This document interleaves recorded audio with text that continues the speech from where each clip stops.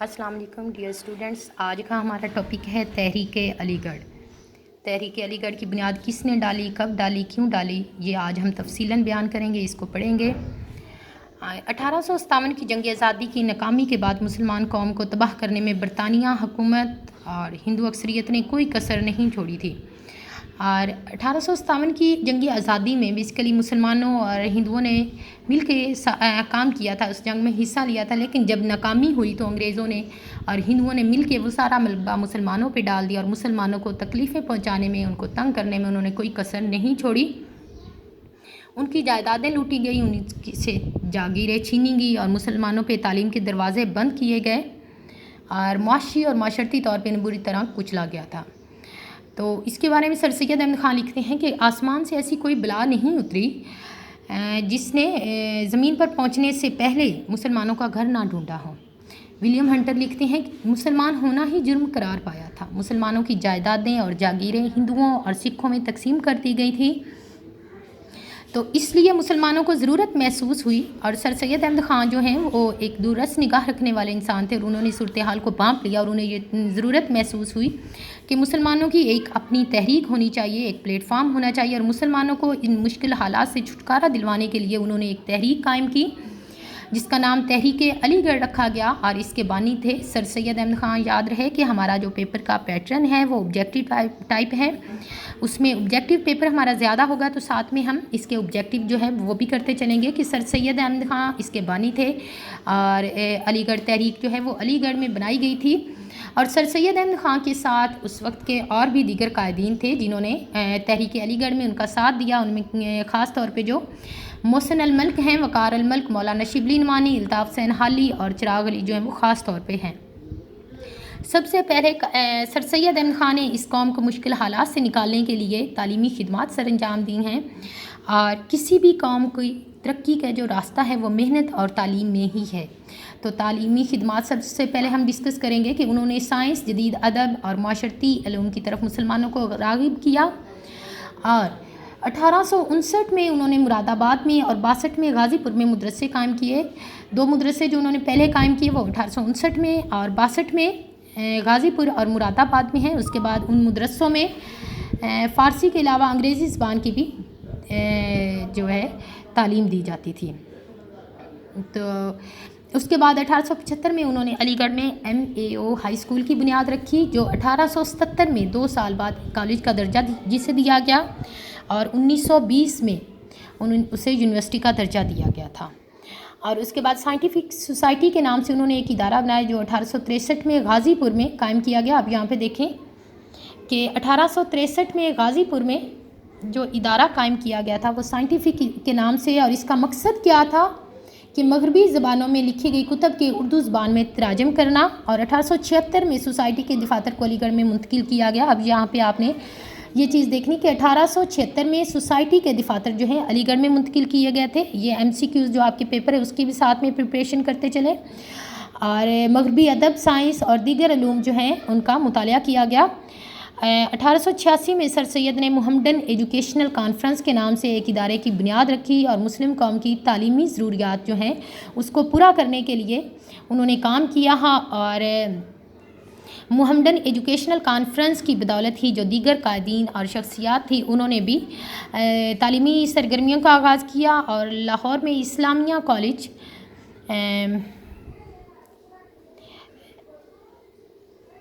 کراچی میں سندھ مسلم high school,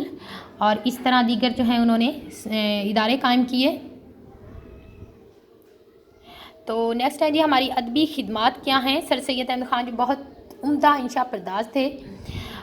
اور انہوں نے بہت سی تحریریں ایسی لکھی جن سے انقلاب برپا کیے، اور سر سید احمد خان سب سے پہلے اثار السنادید ہیں، تبین الکلام ہیں، آئین اکبری، تفسیر قرآن۔ اثار السنادید میں انہوں نے دلی کے پرانے کھنڈرات کا ذکر کیا ہے، آئین اکبری میں تاریخ لکھی گئی ہے، تفسیر قرآن انہوں نے لکھی تھی، خطبات احمدیہ اور رسالہ تہذیب الاخلاق انہوں نے یہ بکس لکھی تھی۔ اور دیگر قائدین جو ہیں سیرت النبی مولانا شبلی نعمانی نے، الفاروق الغزالی اور مولانا نذیر احمد مرات العروس، توبات النسوح اور ابن الوقت، اور مولانا حالی کی مسدس حالی، موازنہ دبیر و انیس اور دیوان حالی ہیں۔ یہ ادبی خدمات تھی سر سید احمد خان کی، جو انہوں نے ادب کے ذریعے اس مسلم سوسائٹی کو تحریک میں ترقی کی راہ پہ چلانے کے لیے کام کیا۔ نیکسٹ ہے جی معاشرتی اور معاشی خدمات کیا ہیں؟ سر سید نے مسلمانوں کو کھویا ہوا مقام واپس دلانے کے لیے متعدد کامیاب اقدام کیے، بہت سا انہوں نے کام کیا۔ رسالہ، اسباب بغاوت ہند، لا المحمدنز آف انڈیا اور تبین الکلام جیسی کتب تحریر کی، اور اس کا کیا تھا کہ مسلمانوں اور حکومت برطانیہ کے درمیان تعلقات کو بہتر بنانا، چونکہ برطانوی حکومت جو ہے ان کے دلوں میں اتنی نفرت تھی مسلمانوں کے لیے کہ انہوں نے مسلمانوں کو تنگ کرنے کے لیے کوئی کسر باقی نہیں چھوڑی، اور مسلمانوں کے خلاف جاری جبر کی مہم کو روکنے کے لیے سر سید احمد خان نے معاشرتی اور معاشی خدمات انہوں نے سر انجام دی کہ جو انگریز حکومت ہے ان کے دلوں سے اس نفرت کو ختم کیا جائے اور انتقامی کارروائیوں کا سلسلہ جو ہے یہ بند ہونا چاہیے۔ تو نیکسٹ ہے جی ہماری سیاسی خدمات کیا تھی؟ آپ نے مسلمانوں کو مشورہ دیا کہ سیاست سے دور رہ کے اپنی جو توجہ ہے وہ تعلیم پہ مبذول کرائی جائے، معاشی اور معاشرتی طور پہ بحالی کے لیے، تاکہ وہ ہندوؤں کی برابر جو ہے وہ مقام حاصل کر سکیں۔ سر سید نے ہندو مسلم اختلافات کو ختم کرنے کے لیے تعاون اور اتحاد کی راہ اختیار کی، اور کسی بھی قوم کی ترقی کا راز محنت اور تعلیم میں ہے، تو انہوں نے مسلمانوں کو سیاست سے دور رہنے کے لیے تعلیم پہ توجہ دینے کے لیے کہا، اور خصوصاً ینگسٹر کو، اور اپنی تعلیمی اداروں میں ہندو اساتذہ بھرتی کیا اور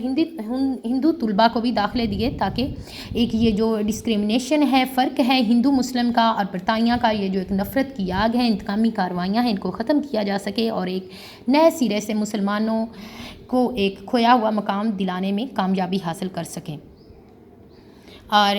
اس کے بعد ہے جی 1867 میں اردو ہندی تنازع جو ہے سر سید نے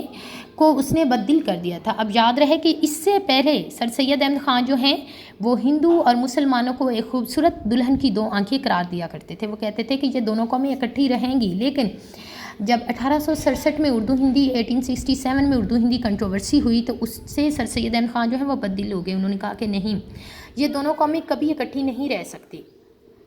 تو اس کے لیے انہوں نے صرف اور صرف مسلمانوں کی، اس کے بعد پھر انہوں نے مسلمانوں کے حقوق کے لیے بات کی اور اس کے لیے تحریک چلائی۔ زبان کا تنازع جو ہے اس نے سر سید کی سوچ اور عمل کو بدل دیا۔ کسی بھی قوم کو بدلنے کے لیے سب سے پہلے اس کی زبان کو تبدیل کرنا پڑتا ہے۔ اگر وہ اپنی زبان تبدیل کر لے، چونکہ زبان جو ایسی چیز ہے یہ اس کے نظریات میں شامل ہے، اور جب زبان تبدیل ہوگی تو سمجھیں کہ آپ کسی کو بھی چینج کرنے میں کسی حد تک اپنے جو مشن میں ہیں کامیاب ہو رہے ہیں۔ تو دو قومی نظریہ کی بنیاد جو ہے برصغیر کے سیاسی اور دیگر مسائل کے حل تلاش کرنے کا فیصلہ کیا۔ اور دو قومی نظریہ کی جہاں پہ بات کریں، اگر ہم اس کی بیک گراؤنڈ دیکھیں دو قومی نظریہ کی، تو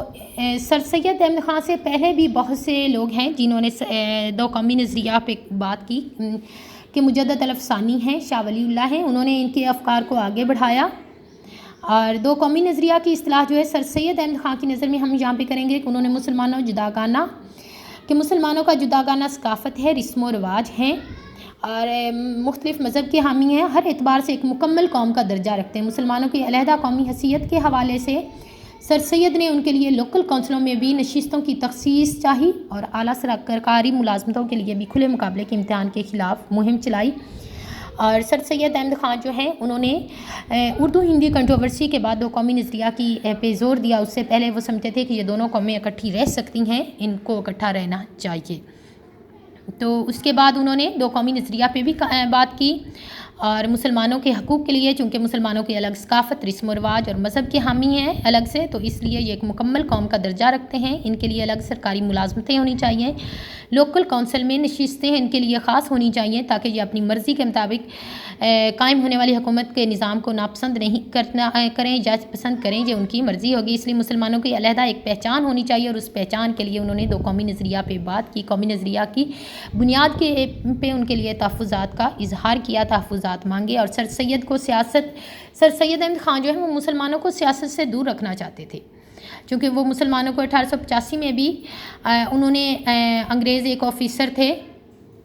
اے او ہیوم، اور انہوں نے انڈین نیشنل کانگریس قائم کی، تو سر سید احمد خان نے اس سے بھی مسلمانوں کو دور رہنے کے لیے کہا، اور بعد میں واقعات نے انہوں نے ہی سر سید کی پالیسی کی افادیت کو ثابت کر دیا کہ ان کو بجا طور پہ پاکستان کو بانیوں میں شمار کیا جاتا ہے۔ اور مولوی عبدالحق نے سر سید کی قومی سیاسی خدمات کے حوالے سے لکھا ہے کہ کسرے پاکستان کی بنیاد میں پہلی اینٹ اس مرد پیر نے رکھی تھی۔ اسی شخص نے اس ملک کو بنانے کے لیے پاکستان کی بنیاد میں پہلی اینٹ جو گئی تھی وہ سر سید احمد خان نے لگائی تھی، چونکہ اس مشکل حالات میں اس قوم کو ان حالات سے نکالنا، اس کی معیشت، اس کی ادب، اس کی تعلیم، اس کی پروگریس کے لیے کام کرنا اور ہر لحاظ سے گورنمنٹ اور میجارٹی سے لڑ کے ان چیلنجز کو فیس کر کے اس قوم کو اس کا کھویا ہوا مقام دلانا، یہی اس میں اس کی جو بنیاد ہے وہ سر سید احمد خان نے رکھی۔ تو یہاں پہ ہم ایک دفعہ پھر اپنے آبجیکٹیو ٹائپ کوسچن کو دیکھ لیتے ہیں کہ سر سید احمد خان نے کام جو کیا ہے اس میں اب ہم نے جو اس کی خدمات پڑھی ہیں کہ سر سید احمد خان نے تحریک علی گڑھ کی بنیاد رکھی ہے، اور علی گڑھ میں اس کی بنیاد رکھی گئی تھی۔ اس کے بانی جو سر سید احمد خان ہیں اور دیگر قائدین کا ذکر کیا گیا ہے، اور اس کے بعد سب سے پہلے تعلیمی خدمات ہے، چونکہ کسی بھی قوم کی ترقی کا جو ہے راز ہے وہ تعلیم میں ہے، محنت میں ہے۔ تو انہوں نے یہ ادارے جو قائم کیے تھے مراد آباد، غازی پور اور ایم اے او ہائی اسکول، ایم اے او کالج اور سائنٹیفک سوسائٹی، جس میں دیگر زبانوں کا تراجم کیا گیا اور کام کیا گیا تھا سوسائٹی کے۔ اور یاد رہے کہ 1876 میں علی گڑھ میں اس دفتر کو منتقل کیا گیا تھا علی گڑھ میں۔ اب اس سے پہلے یہ علی گڑھ میں نہیں تھی۔ ادبی خدمات ہیں، معاشی اور معاشرتی خدمات ہیں، سیاسی خدمات ہیں۔ تو یہ تھی سر سید احمد خان کی خدمات، جو اس انسان نے، اس رہنما نے اس قوم کو مشکل حالات سے نکالنے کے لیے اور اس ملک کی بنیاد رکھنے کے لیے اس قوم کو راستے پہ چلایا، اس کی بنیاد رکھی۔ تو سر سید احمد خان کی یہ خدمات تھیں۔ آج کا ہمارا جو ٹاپک ہے وہ اتنا ہی تھا۔ اس کو ہم نیکسٹ اس کی ہم آبجیکٹیو کرتے ہیں کہ سر سید احمد خان کی جو آبجیکٹیو تحریک میں ہمارا پیپر پیٹرن ہے۔